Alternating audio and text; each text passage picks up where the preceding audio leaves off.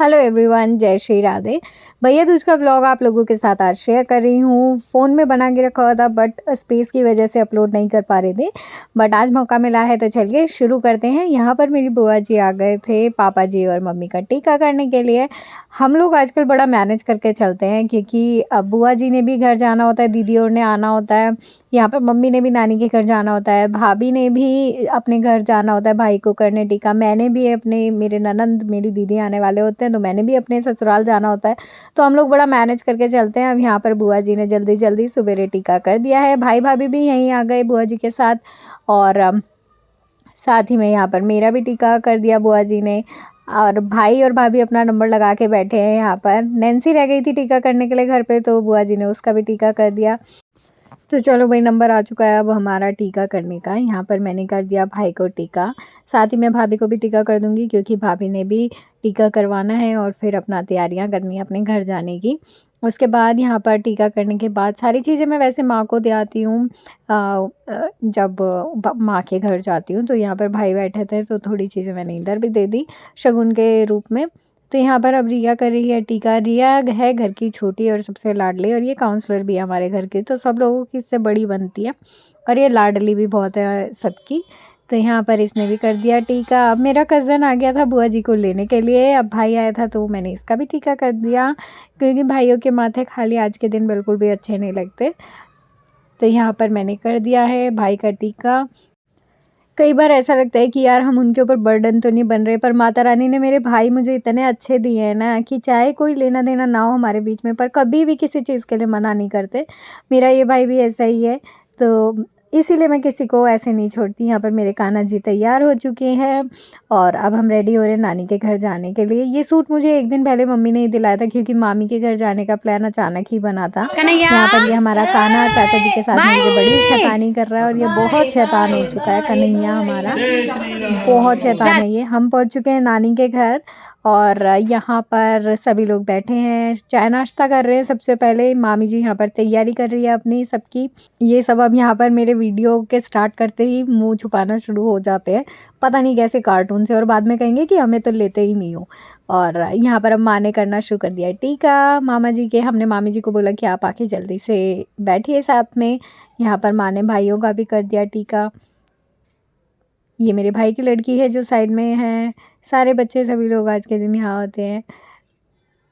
अब फाइनली माँ ने कर दिया है, सब लोग लाइन लगा के खड़े हैं। जो मौसियाँ सुबह आ जाती हैं वो सब पहले ही कर देती है, बाकी सब यहाँ पर एक साथ ही कर देते हैं।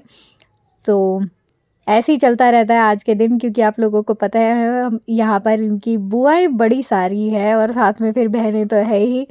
तो यहाँ पर मेरी मामी का मेरे को बड़ा अच्छा लगता है, इतना सबका करना ना ब्लेसिंग होता है कि यार इतनी प्रॉस्पेरिटी, इतनी सारी चहल पहल, और फिर मेरी मामी का बिल्कुल मन नहीं लगता। फिर मेरी मामी कहती है अरे आ जाओ तुम वापस से, मेरा बिल्कुल मन नहीं कर रहा, खाली घर कर दिया बिल्कुल।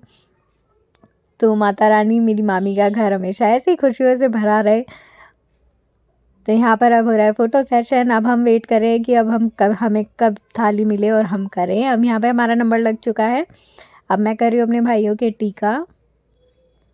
भाई दूज के दिन ये भाइयों का ही त्योहार होता है। रक्षाबंधन पे तो हम किसी को भी राखी बांध देते हैं कि भाई पापा को बांध दी, चाचा को बांध दी, बट भाई दूज पर स्पेशली ये भाइयों का दिन होता है जो कि हम उनकी दूज मनाते हैं।